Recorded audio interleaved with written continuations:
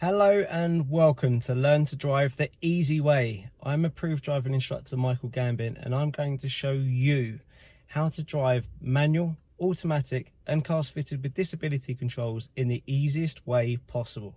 So sit back, relax and enjoy. And remember to hit the subscribe button underneath to see all of our videos.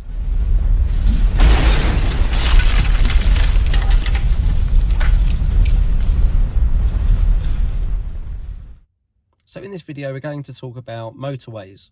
Now, the first thing we're going to talk about is the legality, and you are allowed to practice on a motorway as long as you're in a dual controlled vehicle, so a vehicle fitted with a brake on the passenger side, and that you're sitting next to an approved driving instructor. So they must have a green license on display on the windscreen, like in this picture here. If your instructor does not have that license and has a pink one, unfortunately you are not allowed to practice on the motorway with them at this moment in time in 2020. That could change in years to come, but you are not allowed to practice with your parents. Now, a lot of people ask the question of, number one, what is a dual carriageway or a motorway? A dual carriageway or a motorway is a road where there's a division between you and oncoming cars. So the way that I tell my clients is, if the road has only a white line between you and oncoming cars, so you could potentially have a head-on accident, that would be a single carriageway. Whereas a dual carriageway, to have a head-on accident, you would have to have a division between you and oncoming cars to stop that from happening. So a barrier, a fence or a grass verge.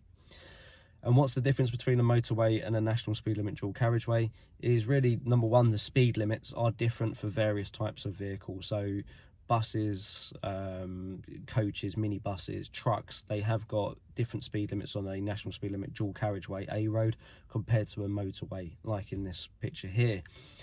The other thing that's different is the colour of the signs. A motorway has blue signs and a dual carriageway A road has green signs.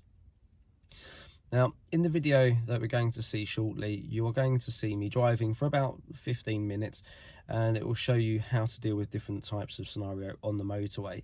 So it will show you how to change lanes, it will also show you how to come on and off of the motorway, and it will also show you about breakdown procedures, and that's towards the end in the last couple of minutes. We're going to talk about just basically general knowledge and sometimes bits of information for your theory test. And number one is the use of cat's eyes. Cat's eyes are reflective studs in the middle of the road. A way of remembering which colour is where is the lines between each of the lanes are white, so the cat's eyes are white. The exits and entrances are green because you are allowed to go there. The hard shoulder, which is the lane on the left, which is for when you've broken down and only for when you've broken down, you're not allowed in there unless you've broken down, so those studs are red. And the cat's eyes on the right is a warning to say that there's a central reservation there, so they are amber because they are a warning. You also do sometimes have contraflow systems, which is a fluorescent sort of greeny yellow stud, like in this picture here. Now, a contraflow is where there's road works, and it will show you where your lane is basically drifting. So there may be a lane closure in lane 1, so all lanes may have to move over to the right. So in that situation, the green studs will show the new lane position. Other things to remember on motorways is the signage. So you have overheads, gondolas, which is basically just a massive framework of metal that goes across the carriageway, or sometimes you'll have a sign on the side of the road as well, and it will show you different speed limits. It will show you warnings, so if there's fog ahead, for instance, or queues, and then you also have the red crosses. Now, a red cross symbolises that that lane is closed, so you must get out of that lane there and then. It is an offence and it is points and a fine on your licence as well. If there is a red cross across all lanes, you must stop. Obviously, when doing that, be gentle, get your hazard lights on, because remember, your hazard lights is only to be used on a motorway if you're approaching traffic which is slowing down or stopping, or if you're intending to in that situation as well. It's also really important that you keep an eye on the rear view mirror, because people sometimes don't remember the rule that all lanes have a red cross, you must stop. So just keep checking your rear view. It's always good to get into the furthest most left lane as well in that scenario, but don't go in the hard shoulder. Remember, that's for the emergency services to drive down in that scenario. Overtaking. Now, the way that I advise my clients to do it is when you can see the vehicle that you're moving in front of in the rear view mirror, it is safe for you to change lane. So if you're going from lane 1 to lane 2, like in this picture here, you can see that the vehicle in lane 2 is visible in the rear view. So unless that vehicle was doing sort of 90 miles an hour, it would be safe at that distance to move across. If you can't see them in the rear view mirror, so they're catching you up, and at this point, like in this picture, you can no longer see the entire part of the front of their car, it would no longer be safe to move across unless they're flashing you to go. Remember, that's not an official sign in the highway code, but most people do that as a symbol. Or if they're keeping that distance from you, so they're not trying to accelerate anymore, they're just keeping that distance. Remember, when you are changing lane as well, use an indicator and a tiny bit of steer. If you imagine you're holding the steering wheel nice and straight, you only need to turn about that much. Any sharper than that can be quite dangerous. You can potentially spin or flip the car, so it's all about just nice and gently moving across. Once you're in that lane completely, then cancel your signal, and then when it's safe to move back into the left lane, so there's no one else to overtake, you'll then do your rear view left mirror to then move back into the left lane. Again, same rule applies, so when you see that vehicle in the rear view, move across. Remember, the left lane is the correct driving lane on motorway, so you should always be in the furthest most left lane of your direction of travel, unless you're overtaking or signs say that that lane is closed. So now I'm going to show you how it's done, and I hope this video is of good use to you. You're heading towards Heathrow, Watford. Now, it's just started to rain, so we need to take that into consideration. Plus, it has been a cold morning as well. It's currently 4 degrees. So there is a chance of ice on the ground. So we need to be thinking about keeping a bigger distance between us and the vehicle that we're following. Remember as well, always looking as far away as you possibly can, and keep updating your rear view mirror. The rear view mirror is critical. If you know what's going on behind you, you'll know what's going on alongside you as well. Remember, when we're coming onto a motorway, it's very important that we build up our speed as well. So we want to get up to the speed limit of the road that we're adjoining. So the national speed limit on the dual carriageway or motorway is 70 in the UK. So it's safe. So I'm going to go onto this roundabout, left indicator on, keeping my distance between us and the black car. You can see the burgundy car just dived across as well, so we need to be updating our right mirror as well, just to see if there's anyone else that's going to do the same thing. It's a bit foggy, so we're going to turn our headlights on as well. We're keeping our distance to the car in front. I've got the trucks on my right. They've moved into lane 2, so it's safe for me to move across. Now we can see on the overhead sign that there is a temporary speed limit. And the speed limit is 50. We can see it says queue ahead. Now the truck's moved behind me, so I'm just going to keep an update going on that rear view. And I know I've got the car that's in lane 3 that's going to be moving into lane 2 here as well, the black car. Remember, there's nothing wrong with turning on your cruise control here as well, just so you keep the car more economical and it keeps it at a set speed. Now we can see up ahead that we've got the national speed limit sign, so the speed limit is going to change back to 70, but remember, it's only when we go through the sign. The other thing that we can see is the signs ahead that shows that this left lane is for Barnet, the A1081. So if I were to want to stay on the M25, I would have to move into lane 2. Now notice we have got the truck on our right hand side, so it wouldn't be safe. Now the speed limit, like we said, is 70. The problem is we've got these cars in lane 2 that's doing a lot less than 70 at the moment. I'm doing 54, and it wouldn't be safe to go past them on the left hand side, so I'm just going to keep it here for the moment.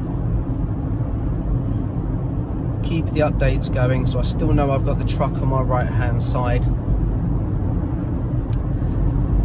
Now you see the big blue sign on the left hand side here, M25B1358. That's to show if you break down, you tell the people on the phone which pole you're near. So you can see the little poles on the side of the road here, the white one with the red and blue tags. So again, they're uniquely numbered. Now we can see the line on the right hand side has got smaller dots, so that shows that this is an independent lane for the exit. Now at the roundabout ahead, I'm going to go back onto the M25. So we're going to go straight ahead. Obviously it's not something that we normally do. We can see the 50 here as well, so we're just going to slow the car down to get to 50 before that sign. And remember, we have got the car behind us that's following too closely as well. Now on the sign you'll not have the direction for the junction opposite, because they don't expect you to come off the junction to then go back onto the motorway again. So you'll see that the sign shows that the left lane is for London and for turning right is for the north, the A1M, but the junction opposite is just left blank. I'm going to move across here.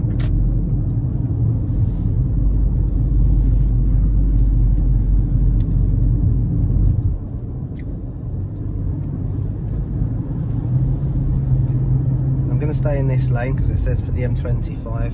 Just keep updating the left hand side. We know we've got that car on our left, or the van, sorry. Now I'm just slowing the car down here because I can't see around this corner. There may be traffic up ahead. We've now got the national speed limit sign, so the speed limit's going back up to 70. So again, I'm going into that left lane, keeping an eye on my right hand side. I'm not going to build up any speed yet, simply because we're going into this corner. So I'm just going to use a tap of brake, keep the update going on the right mirror. Once we get on the straight part, we then build up our speed. Now if you're in a manual car, build up a lot more between your gears. So change gear at about 3,000 or 3,500 RPM in a petrol, maybe 2,500 in a diesel. So I'm up to 65 miles an hour. I'm not going to build up any more speed because of the cars on my right hand side, and there's nothing else in lane 2 anyway. So I'm going to move across here because I know I'm going to overtake these trucks.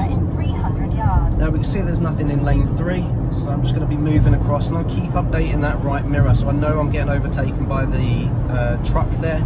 We've then got another car behind. So now I'm getting overtaken by that black Ford. I've now got another 4x4 coming up on the right, and I know I've got the yellow Porsche on my left hand side as well. If you don't know the brands of cars, it's not a problem, just know the colours of them so you know when they've gone past you or not.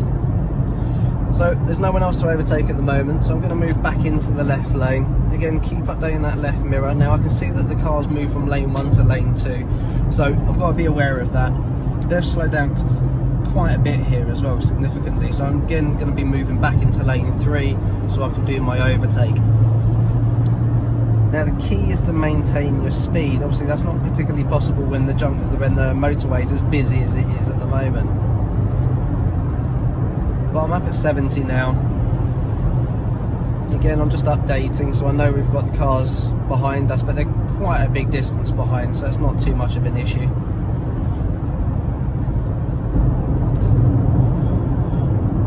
I'm now being overtaken by that car on the right. Now I can still see him in the rear view, but now I can't, so it wouldn't be safe. Plus he's coming up at quite a speed as well. And then you can see they end up doing manoeuvres like this. I'm just using a light bit of brake just to get my distance back before I then move across again.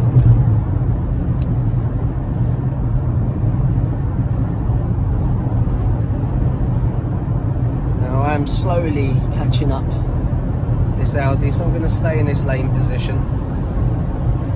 The yellow Porsche is far behind.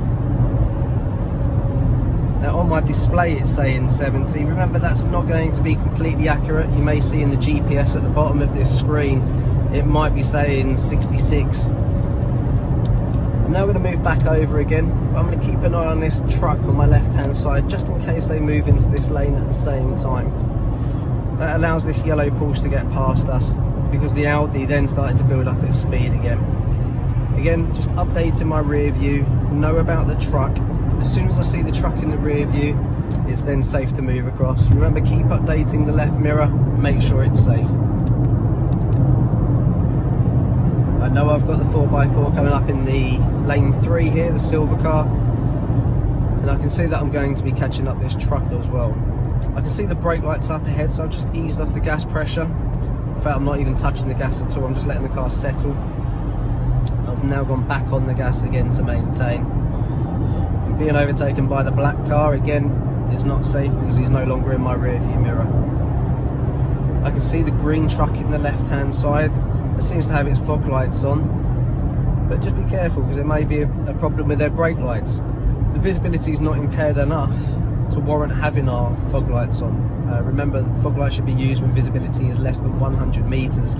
Visibility at the moment, I'd say, is probably about 300 meters, so there's no requirement for that. Now I'm catching up this truck, so I'm going to move across into lane 3. Once I'm in the lane, I then cancel the signal.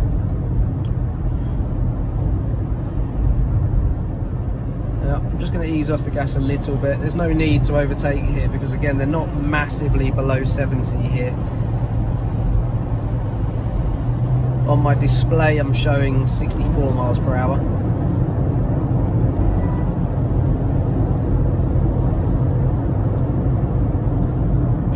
Now we can see that we're getting caught up by quite a few cars now. So we've got the 4x4 that's in the lane behind us, lane 3. We've got the silver Ford Fiesta that's coming up in lane 4 as well.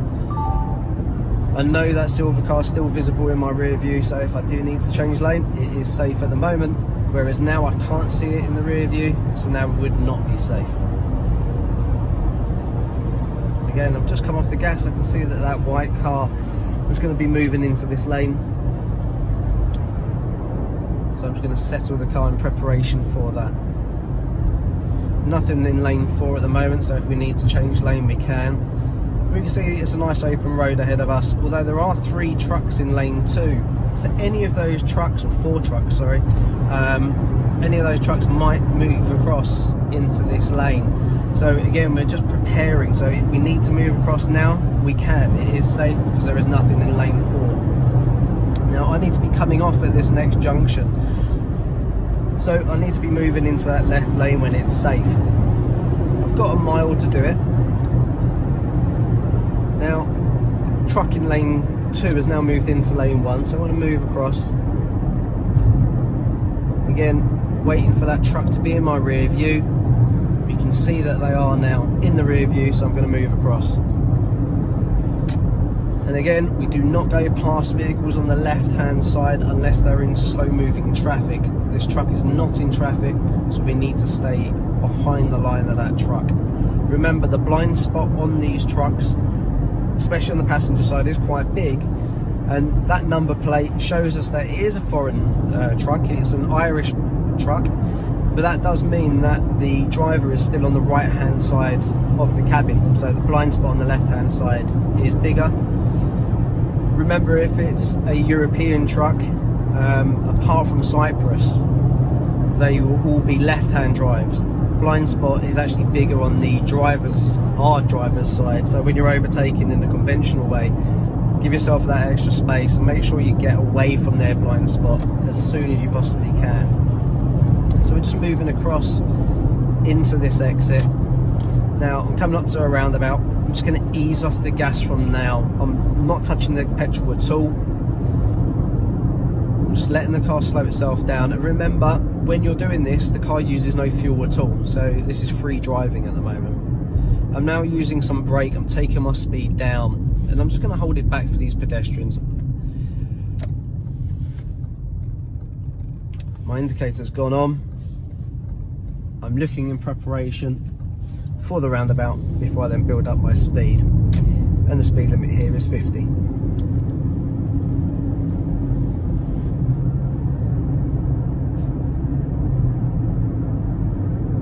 So we're going to go back onto the motorway again. This time we're going to be going onto the M1, and we're going to be going southbound on the M1. Now the M1, just as a little bit of pub quiz knowledge, is the oldest motorway in England.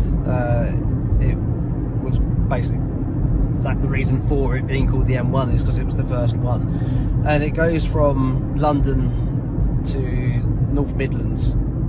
So it's a long road. They call it the backbone of Britain.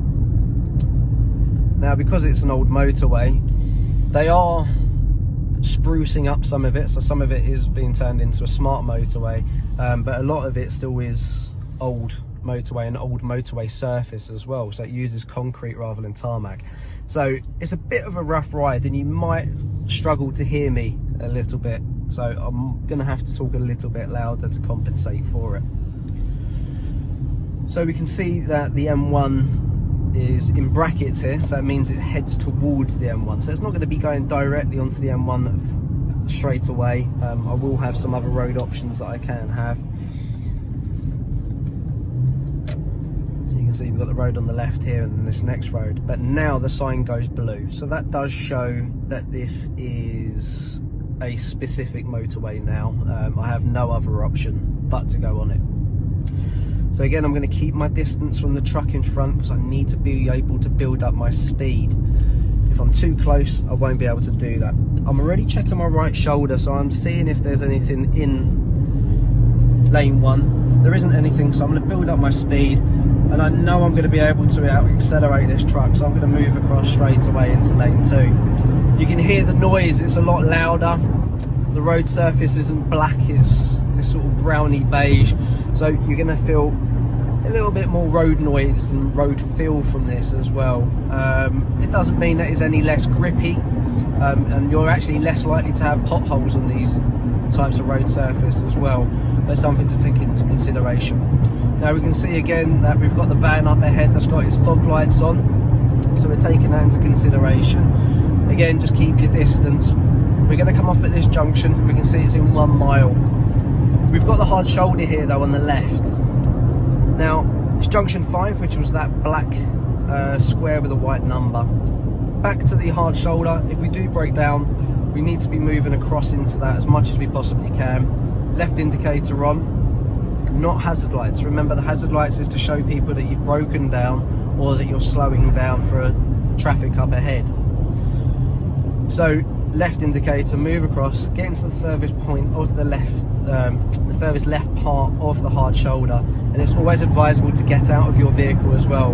The hard shoulder is the most dangerous part of the motorway.